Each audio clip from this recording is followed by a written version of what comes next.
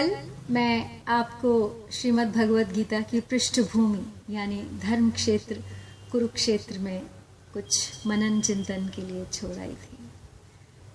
आज फिर वहीं चलती हूँ और प्रारंभ करूंगी पहला अध्याय जो है अर्जुन विषाद योग।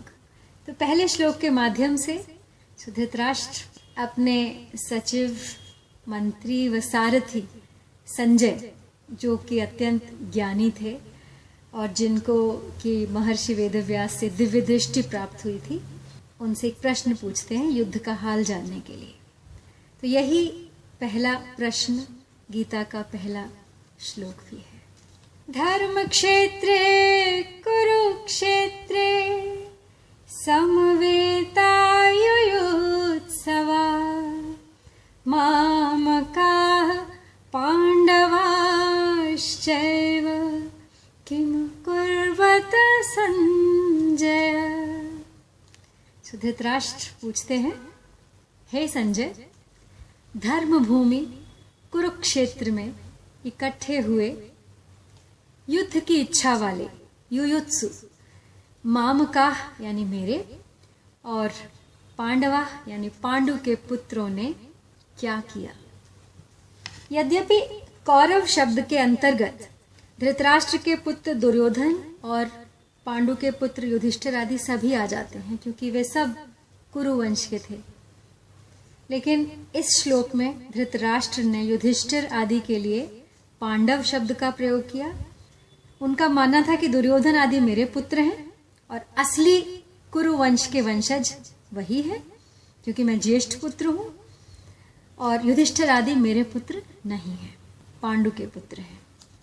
इस भाव के कारण दुर्योधन का भीम को विष खिलाकर जल में फेंक देना, लाक्षागृह में पांडवों को जलाने का प्रयत्न करना, युधिष्ठिर के साथ छल पूर्वक जुआ खेलना, पांडवों का नाश करने के लिए सेना लेकर वन में जाना आदि कार्यों के करने में दुर्योधन को धृतराष्ट्र ने कभी मना नहीं किया। कारण कि उनके भीतर यही भाव था कि अगर किसी तरह पांडवों का नाश हो जाए तो मेरे बेटों का राज्य सुरक्षित रहेगा। तो यहाँ मामका और पांडवा ये दो शब्दों में अत्यंत गूढ़ अर्थ निहित है। धृतराष्ट्र के भीतर पैदा हुए राग द्वेष का फल यह हुआ कि 100 के 100 कौरव मारे गए, लेकिन एक भी पांडव नहीं मारा गया। जैसे दही बिलोते हैं उसमें हलचल पैदा होती है जिससे मक्खन निकलता है, ऐसे ही मामका और पांडवा के भेद से पैदा हुई हलचल से अर्जुन के मन में कल्याण की अभिलाषा जागृत हुई और दुर्योधन के मन में विनाश की, और अर्जुन की भावना से भगवत गीता रूपी मक्खन निकला। तात्पर्य यह हुआ कि धृतराष्ट्र के मन में होने वाली हलचल से लड़ाई पैदा हुई और अर्जुन के मन में होने वाली हलचल से गीता प्रकट हुई। अब इस प्रश्न के उत्तर में संजय धृतराष्ट्र से क्या कहते हैं सुनिए।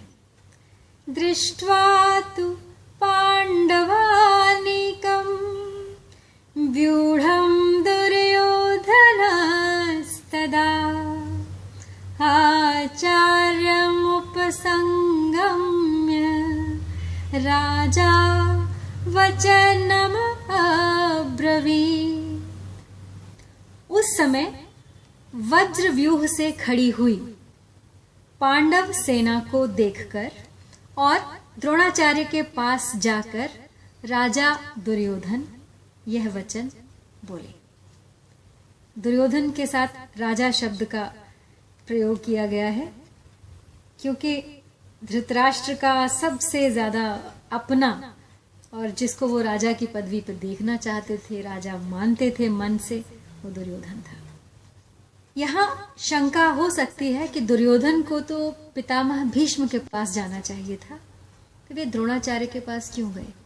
भीष्म उनके सेनापति थे, भीष्म तो राजगद्दी से जुड़े हुए थे, जो भी उस राज सिंहासन पर बैठता उसका साथ देना भीष्म ने अपना कर्तव्य बना लिया था। तो भीष्म तो अनकंडीशनल दुर्योधन के साथ ही थे, उनके सेनापति थे, चाहते न चाहते उन्हें उनका साथ देना ही पड़ेगा। किंतु द्रोणाचार्य को राजी करना दुर्योधन को लगा कि ज्यादा आवश्यक है, क्योंकि उनका उनसे कौटुंबिक स्नेह नहीं था कि मुझे उनका मन से, वचन से, कर्म से पूरी तरह से समर्थन प्राप्त हो सके। तो अब जब दुर्योधन द्रोणाचार्य के पास पहुंचे तो क्या बोले, द्रोणाचार्य से उन्होंने क्या कहा, ये हम देखते हैं तीसरे श्लोक में। पश्यैताम पांडुपुत्राणाम आचार्य महतीं चमूं व्यूढ़ां द्रुपदपुत्रेण तव शिष्येण धीमता। हे आचार्य, आपके बुद्धिमान शिष्य द्रुपद पुत्र धृष्टद्युम्न द्वारा व्यूह रचना से खड़ी की हुई पांडवों की इस भारी सेना को देखिए। मतलब वे द्रोणाचार्य को ये जताना चाह रहे हैं कि देखिए कितनी बड़ी सेना है जिसका सामना हमें करना है और आप तैयार हो जाइए उसके लिए। यद्यपि कौरवों की अपेक्षा पांडवों की सेना संख्या में बहुत कम थी। कौरवों की सेना 11 अक्षौहिणी और पांडवों की सेना 7 अक्षौहिणी थी, तथापि दुर्योधन पांडवों की सेना को बड़ी भारी बता रहा था। एक अक्षौहिणी सेना में 21,870 रथ होते हैं और 21,870 हाथी होते हैं और 65,610 घोड़े और 1,93,050 पैदल सैनिक होते हैं। पांडवों की सेना को बड़ी भारी कहने में 2 भाव मालूम होते हैं। एक, अपने आप को कमजोर जताना जिससे उनका समर्थन उसे प्राप्त हो। दूसरे, पांडव सेना में सब के सब योद्धा एक मत के थे। इस एकता के कारण पांडवों की थोड़ी सेना भी बल में, उत्साह में बड़ी मालूम दे रही थी। ऐसी सेना को दिखाकर दुर्योधन द्रोणाचार्य से यह कहना चाहता था कि युद्ध करते समय आप इस सेना को सामान्य और छोटी न समझें। आप विशेष बल लगाकर सावधानी से युद्ध करें। पांडवों का सेनापति है तो आपका शिष्य द्रुपद पुत्र ही, अतः उस पर विजय करना आपके लिए कौन बड़ी बात है। हम द्रुपद पुत्र की जो बात कर रहे हैं वो है धृष्टद्युम्न, द्रौपदी के भाई। तो अब जब दुर्योधन द्रोणाचार्य को अपनी तरफ करने की पूरी कोशिश कर रहे हैं तो द्रोणाचार्य से पांडवों की सेना देखने के लिए प्रार्थना करके अब दुर्योधन उन्हें पांडव सेना के महारथियों को दिखाता है। अब वो जो भी पांडव सेना में महारथी सम्मिलित हैं उनके नाम लेकर उनकी पहचान करा के वो द्रोणाचार्य को दिखाता है। तो श्लोक 4, 5, 6 मैं एक साथ पढ़ूंगी।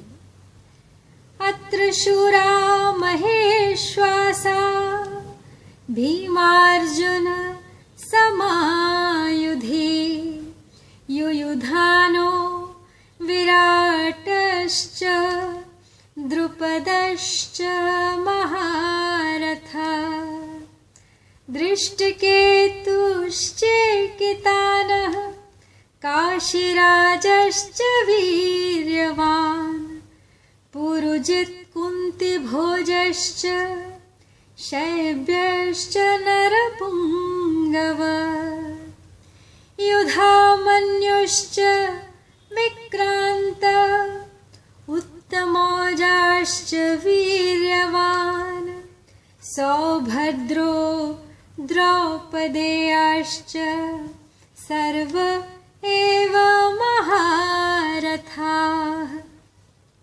यहाँ पांडवों की सेना में बड़े बड़े शूरवीर हैं जिनके बहुत बड़े बड़े धनुष हैं तथा जो युद्ध में भीम और अर्जुन के समान हैं। युयुधान यानी सात्यकी ने अर्जुन से धनुष विद्या सीखी थी, तो अर्जुन के शिष्य हैं, अर्जुन के समान हैं। राजा विराट और महारथी द्रुपद स्वयं भी हैं। दृष्टकेतु और चेकितान तथा पराक्रमी काशीराज भी हैं, पुरुजित भी हैं और कुंती भोज ये दोनों भाई भी हैं तथा मनुष्यों में श्रेष्ठ शैब्य भी हैं। पराक्रमी युधामन्यु और पराक्रमी वीर्यमान उत्तमौजा सुभद्रा पुत्र अभिमन्यु और द्रौपदी के 5 पुत्र भी हैं और ये सब के सब महारथी हैं। पूरी तरह से वो द्रोणाचार्य को वो युद्ध के लिए तैयार कर रहे हैं, क्योंकि इन सभी से द्रोणाचार्य का कुछ न कुछ संबंध पूर्व में रहा है।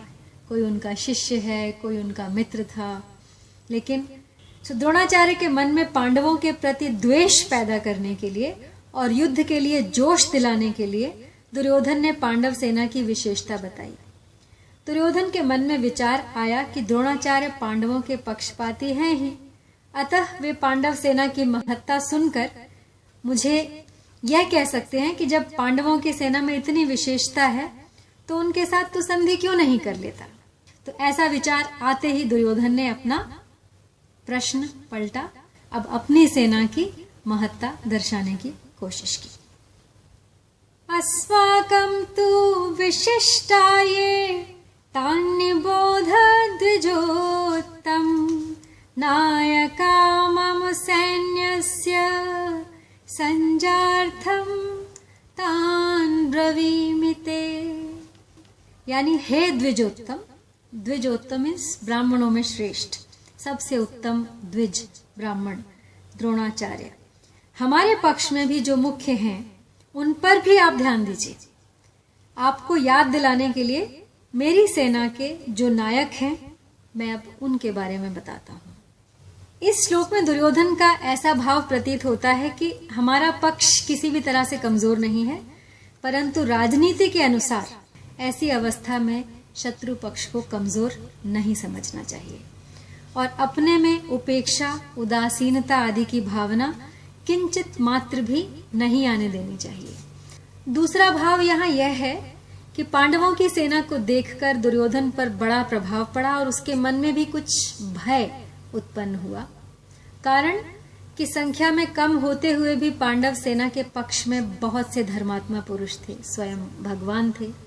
जिस पक्ष में धर्म और भगवान रहते हैं उसका सब पर बड़ा प्रभाव रहता है। इतना ही नहीं, पशु पक्षी वृक्ष लता आदि पर भी उनका प्रभाव पड़ता है।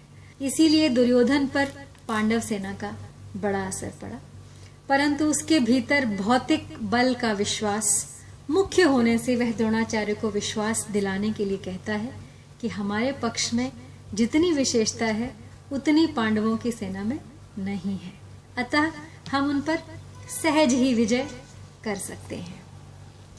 भवान् भीष्मश्च कर्णश्च कृपश्च समितिज्जयः अश्वत्थामा विकर्णश्च सौमदत्तिस्तथैव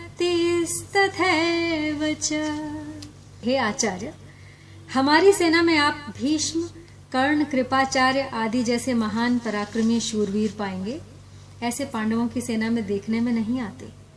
हमारी सेना में कृपाचार्य और अश्वत्थामा ये 2 चिरंजीवी हैं, जबकि पांडवों की सेना में ऐसा एक भी नहीं है। हमारी सेना में धर्मात्माओं की कमी नहीं है, इसीलिए हमारे लिए डरने की कोई बात नहीं है। अन्ये च बहवः शूरा मदर्थे त्यक्तजीविता नानाशस्त्रप्रहरणा सर्वे युद्ध विशारदा। यानी इसके अतिरिक्त और बहुत से शूरवीर हैं जिन्होंने मेरे लिए अपने जीने की इच्छा का भी त्याग कर दिया है और जो अनेक प्रकार के अस्त्र शस्त्रों को चलाने वाले हैं तथा जो सब के सब युद्ध कला में अत्यंत चतुर हैं। तो दुर्योधन की बातें सुनकर जब द्रोणाचार्य कुछ भी नहीं बोले, तब अपनी चालाकी न चल सकने के कारण दुर्योधन के मन में क्या विचार आता है, इसको संजय आगे के श्लोक में कहते हैं। अपर्याप्तं तदस्माकं बलं भीष्माभिरक्षितं पर्याप्तं त्विदमेतेषां बलं भीमाभिरक्षितं। तो द्रोणाचार्य चुप क्यों रहे? द्रोणाचार्य चुप इसलिए रहे कि वे दुर्योधन की बातों का अर्थ समझ रहे थे और उनके पास कोई उत्तर था भी नहीं। हमारी वह सेना पांडवों पर विजय करने में अपर्याप्त है, असमर्थ है क्योंकि उसके संरक्षक भीष्म हैं, परंतु इन पांडवों की यह सेना हम पर विजय करने में पर्याप्त है, समर्थ है, क्योंकि इसके संरक्षक भीमसेन है। तो दुर्योधन के मन में ये विचार है। ये श्लोक किसी ने कहा नहीं है, ये द्रोणाचार्य का उत्तर नहीं है। दुर्योधन पर आरंभ से ही भीमसेन की शक्ति का, बलवत्ता का अधिक प्रभाव पड़ा हुआ है। बचपन से ही दुर्योधन और भीम का आपस में हमेशा टकराव होता रहा है। तो दुर्योधन को उस सेना में सबसे अधिक बलशाली प्रतीत जो होता है वो है भीमसेन। अतः वह पांडव सेना के संरक्षक के लिए भीमसेन का ही नाम लेता है। आज यहीं समाप्त करती हूँ। 10 श्लोक हमने आज पढ़े हैं, कल इससे आगे।